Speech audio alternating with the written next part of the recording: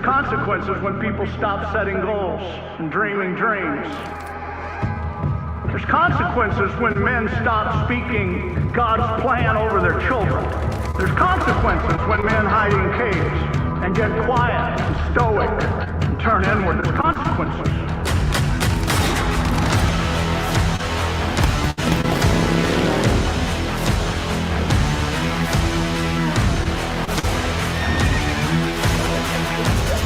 A lot of that is in our culture right now.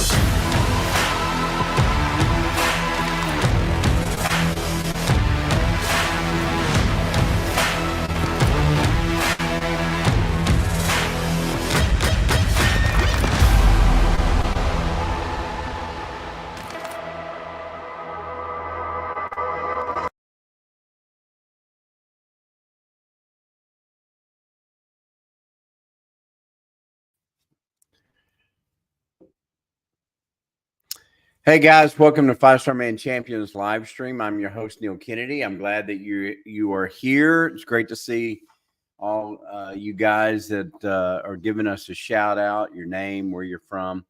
Hey, I want to share a few things with you. Make sure that you get your field guide downloaded. If you haven't got this, you need to grab hold of it. These are the notes that I teach from, and I believe that they'll be a blessing to you.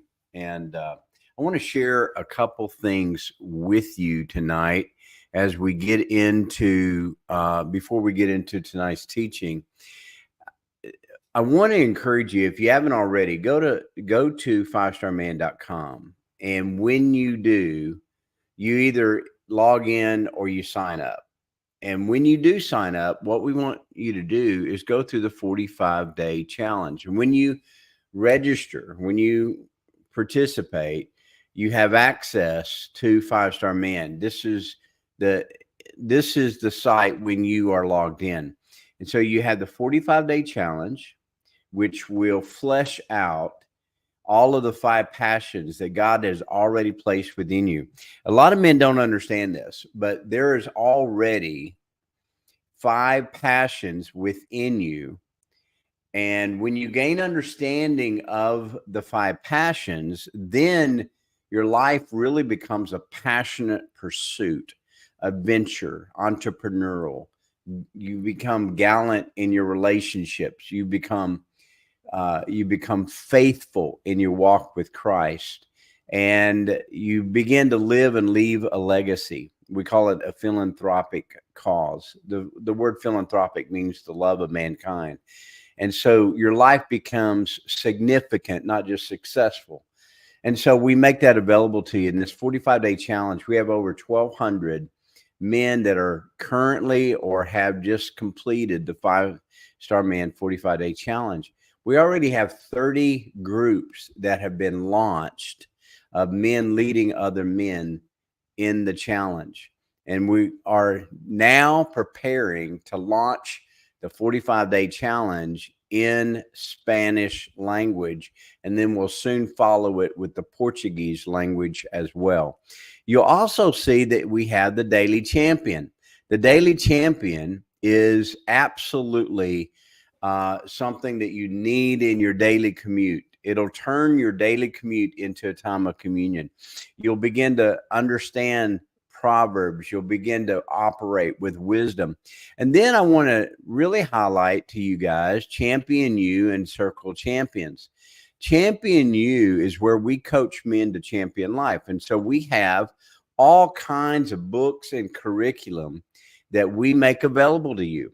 Now, this is for partners only. For those who have partnered with 5starman.com, we give you access to all Champion You teachings, and we give you access to all of our books. Pray Like a Son, God's Currency, 7 Laws, The Resurrection, Authentic Manhood, 5-Star Man, Centurion Principle, Leave the Cave, Betting Ishtar. All of those books, Speaking the Father's Blessing, is I could go on and on, but it's all there for you. And then remember the 45-day challenge. Derek Drawn will be your teacher. And when you complete the 45-day challenge, we're going to give you the challenge coin. I have one right here.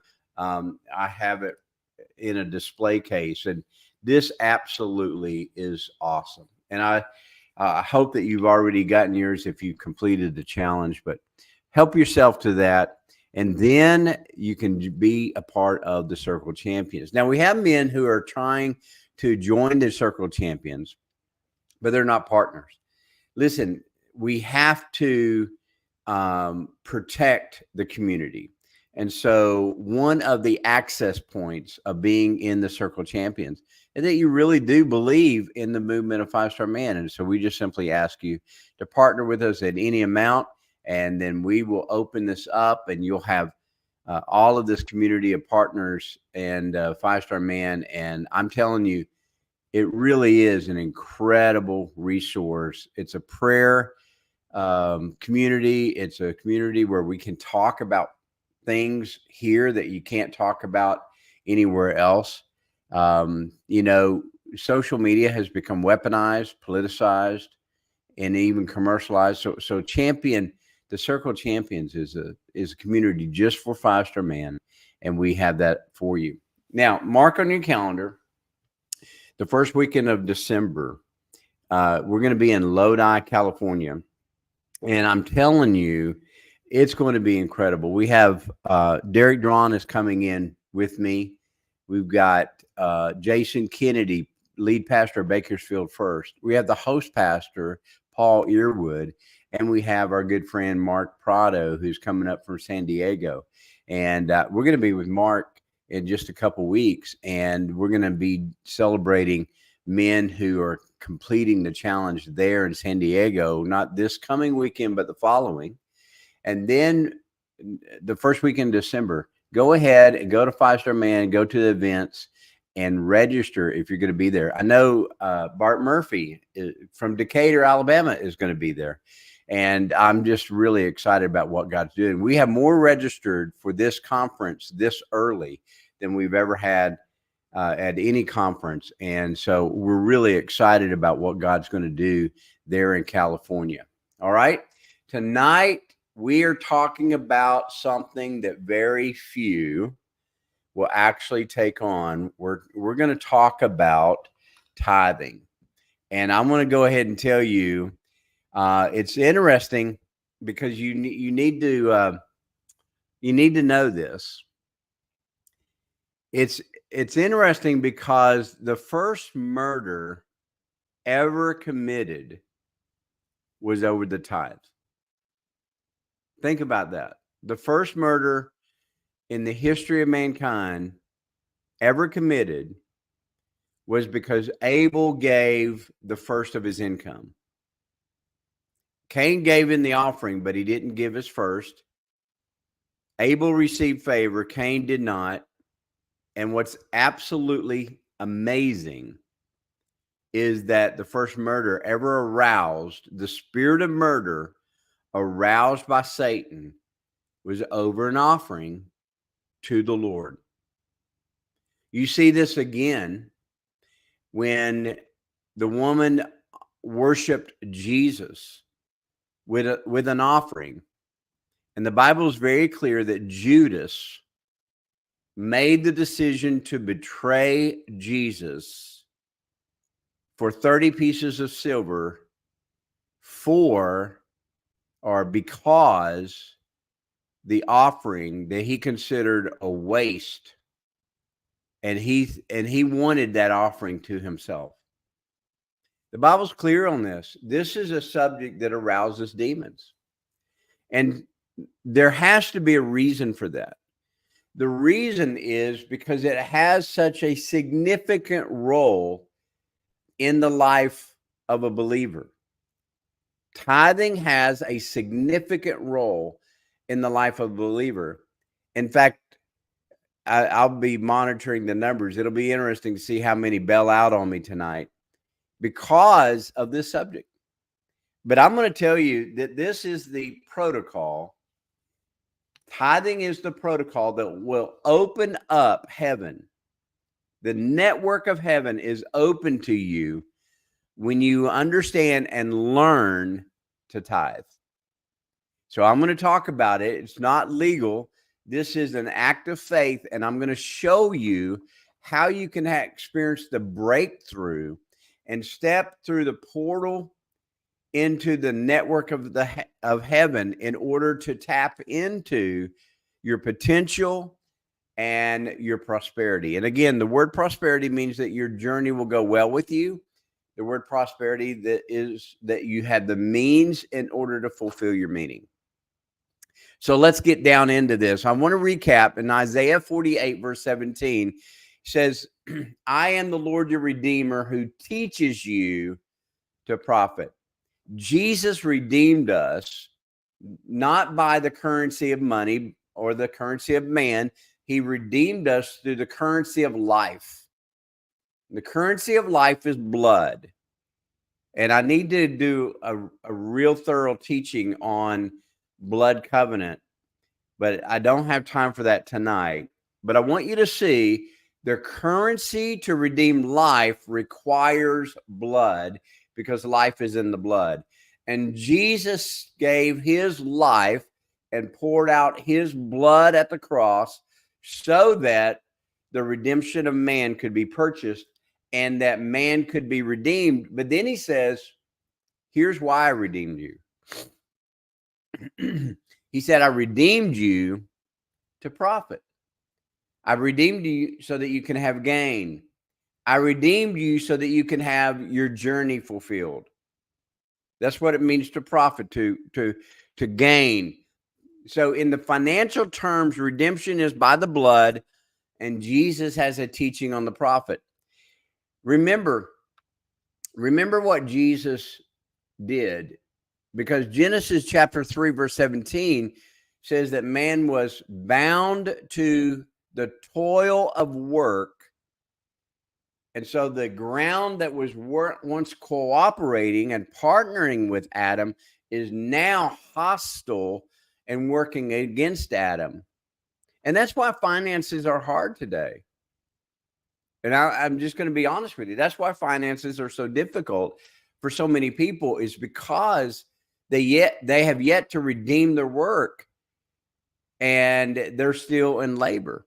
It's like when Jesus told Peter, he said, go out into the deep, cast down your nets and fish. And what does Peter say? He says, Lord, we've been toiling all night, but because you said, and at your word, we'll do this.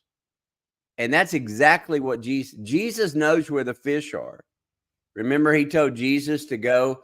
He told Peter to go and get one fish, open his mouth, and he would take out a coin that would pay their taxes. There's supernatural ways that God can bring finances into your life. And he wants you to have a portal into the network of heaven. So here's what I want you to see. Abel was the first man to ever express faith.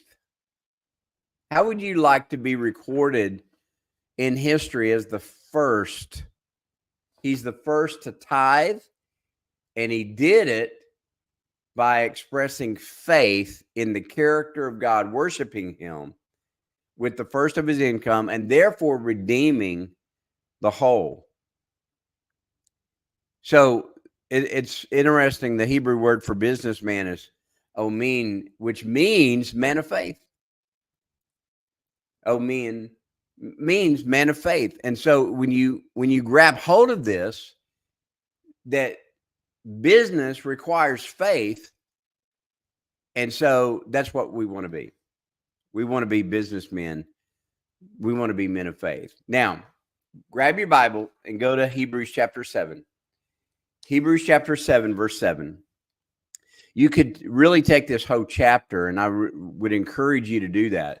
Take the whole chapter and just read it, because it gives such a powerful teaching of the tithe. And you'll never have to argue with yourself or anyone else about tithing, because once you get this understanding, it'll change your life. This is what changed my life. This is what changed my life. I'm telling you, it is. And so look at verse 7. And without question, the person who has the power to give a blessing is greater than the one who is blessed. Now, let me explain what's going on. Hebrews 7 is referencing Genesis and the story of Abraham, who goes out to rescue his nephew Lot and the kings that had been captured in a kingdom war. And one of the kings is the king of Sodom, and there's 5 kings involved. And one of the kings is the king of Sodom. And Abram, with his household servants, how many know you're doing pretty good if you have one servant? Abraham has a household of servants who are well trained and fully armed. They are a security team. They are a warriors, but they're also servants. And Abraham, with his household servants, goes out and rescues these kings and all of their people that have been kidnapped. His nephew is in part of the citizenry that had been kidnapped. Are you still with me? When he returns with the spoils of the war, which in that day, when you go to war, the spoils of the war belong to the victor. That was the letter of the law of that day. That's how you got paid. That was the motivation of going out and taking on the battle. Remember what David said when he took on Goliath. He said, "What will be done for the man?" So when you take on an enemy, you're supposed to get the spoils of the armies that you have fought against. So when Abraham gathers all of this, the king of Sodom says to Abraham, take everything for yourself. Now, Abraham has a unique response. Abraham says, no, I don't want you to say that you ever enriched me. I don't want any obligation to you and your wickedness in Sodom. I don't want to have anything to do. I did this because of my nephew Lot, but I'm not going to keep this spoils. But he did do this. He took 1/10 of all of the income. The first portion is the tithe. Where did he get this idea? He got it from Abel. And Abram approaches a man with the title Melchizedek. Melchizedek is not a proper name. It is a title. And it literally means Prince of Peace. Obviously, that is referring to Jesus. And when you read Hebrews 7, that's exactly what's being taught, that Melchizedek is like the Son of God. He is without the beginning of days, without the end of days. And it says, how great of a man is this Melchizedek that Abram would pay tithes to him. So when he does, when Abraham approaches to pay the tithe, now watch this. This is where it matters. Melchizedek, the Prince of Peace, approaches Abram with bread and with wine and with a verbal blessing over Abraham. And the exchange is made. When that exchange is made, the very next voice that you hear is God's voice speaking to Abram. And he says, do not be afraid. I am your great reward. Do you see what just happened? You see all of the symbolism, what's happening. And Hebrews 7 says that this is the pattern that you and I, as believers, are tithing. You're not tithing under the law. In fact, Hebrews 7 is very clear that you are tithing in an act of faith, and your tithe is going to the Prince of Peace. He is the communion elements of the bread and the wine, but he is also, watch this, he's also speaking the blessing. And our principle is Jesus blesses, and you are the blessed. Jesus blesses, and you are the blessed. To bless means to cause to prosper, to make happy, to bestow blessings on, and to be favored of God. Let me give you an example. Now, as you know, I travel and I speak, and the customary protocol is that one of two things happens. You either receive an honorarium that is determined by the pastor, or you receive a love offering. Now, some actually have fees, or they'll have a set budget that is required for the host to meet. Are you still with me? I saw that we got a little technical issue. You still with me? Give me some feedback. So watch what happens. So you're either getting a fee, which I don't do.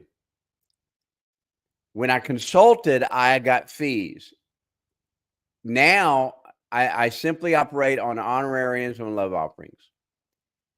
So my income is determined by the person who is releasing the honorarium and the love offering. Now watch this. When someone hands me an honorarium or a love offering, I hold it with them in my hand, and I speak a verbal blessing over the offering as a seed in order for it to be blessed and pressed down, shaken together, running over, so that people receive a blessing from me, and I'm not being paid down to, but I am speaking a blessing because the lesser is blessed by the greater.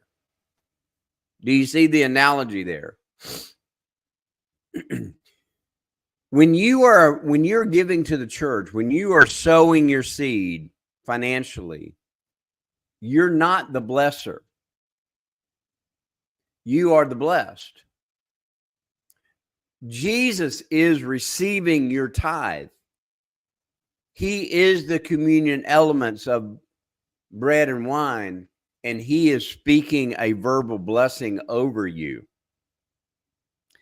And the first of the 10 redeems the 9 portions for you to prosper. So the 9 portions after your first tenth is redeemed with favor. So you that have been taught that tithing is a legal matter, the law is only required when the heart is absent. There's only one reason that you have to give the law, and that is because the person doesn't have a heart. They don't have it in their heart to give. So therefore, it becomes a legal obligation. You and I are not living by law. You and I are living by faith. You and I are living by grace. And you and I are living at a superior position of saying, I understand the faith motivation of tithing. So therefore, God is receiving it through Jesus Christ as the Prince of Peace. And all of a sudden, there's the law of exchange. So whatever you do, don't ever consider and think that you are blessing in the relationship. I've known so many that absolutely are weird about this, that they somehow think that they are somehow blessing the church. I've had people I've had people attempt to use their giving as a way to manipulate and control me. And the moment I relinquish to that means that they are my Messiah. And I'm not going to allow anyone to dethrone Jesus as my Messiah. Only Jesus has that throne. I'm not going to capitulate. I'm not going to give special privilege. I'm not going to allow anyone to manipulate me financially, because that person can't be my Messiah. They can't die for me. Their blood can't redeem me. I cannot get the favor of God on my life that way. I can't tell you how many pastors I know who give themselves over to people who control them by money. And I'm going to tell you right now, that's not Christianity. That's witchcraft. That's witchcraft. You might as well call yourself Judas, because you have stepped over into a horrible position where you're treating the offering of the Lord with contempt. Are you getting anything out of this? So what happens is Deuteronomy 28, verse 12. In Deuteronomy 28, verse 12, I want to go there quickly. I know I'm running out of time. Deuteronomy 28, verse 12. Look what happens here. I should have already had this marked. Deuteronomy 28, verse 12. If you're there, just say a big amen. The Lord will open the heavens, the storehouse of his bounty, to send rain on your land in season, and to bless all the work of your hands. And you will lend to many nations, but will borrow from none. The Lord will make you the head, not the tail. I want to just stop right there. So what I want to show you something. When you are tithing, Malachi chapter 3 says, when you're tithing, the windows of heaven are open. The window actually means lattice work or network. When you tithe, you are literally stepping, not just seeing through the window. The window becomes a portal so that you can be in one place but look at another space. It's very much like this internet protocol. In order to get on the World Wide Web, you have to have an internet protocol. But when you do, you're able to look through this window, the screen, and then you're able to access knowledge and information and commerce and communication and everything, because you're now on the World Wide Web, right? So you use an internet protocol in order for that to happen. The man didn't invent this, man discovered it. It's God's system. What God did is says, listen, if you tithe, I'm going to open up this window. I'm going to open up this window, and then you're going to have access to the kingdom of heaven. You're going to have access to the network of heaven, and the network of heaven has all of these currencies that you're able to use. You're able to use wisdom and knowledge and skill and favor and influence and ideas and inventions. And all of a sudden, you're not limited to everything that you just have on here on earth. Now you have access to everything that God uses in order to create and build and prosper mankind. And the tithe is the protocol to the kingdom of heaven. So the best thing you could do, guys, is take the first 10%, the first 10 of the dollar, the first 10 of 100. You need to take that, approach God, grab your wife, grab communion elements, and approach God and say, Lord, I am going to tithe. And I believe the window, the portal of heaven, the network of heaven is now open to me. And I believe that you're going to give me wisdom and knowledge and skill and work and commerce and ideas and inventions. And you'll see the currency of heaven. All of the network of heaven will become yours when you tithe. Are you with me? So grab your wife, get her in agreement, give her faith to follow you. Take this and teach it and just say, look, this is what we're going to do from now on. And I promise you, you will see, because God says, test me in this. And I promise you, you will see things begin to happen in your employment. You'll begin to see doors open up. It's going to be absolutely stunning what happens in your life. You're going to send me thank you notes. You're going to send me thank you messages. You that are on Circle Champions are going to send me messages, which that's one of the benefits of being on the Circle Champions, because that's, man, I always have it open. I'm always looking for communication with my champions. I'm telling you guys, this is a game changer if you will do it. I hope you got something out of this tonight. I believe that you did. Thank you for being a part of 5 Star Man Champions live stream. Whatever you do, if you can, if you can be there at the Authentic Conference in Lodi, California, it's going to be incredible. I believe God's going to do something absolutely amazing. I'm preparing my heart for that. Mark Prado, I saw you on here earlier. I'm so looking forward to seeing you here in just over a week or so. And all you others, God bless you. Thank you for being a part, and we'll see you next time.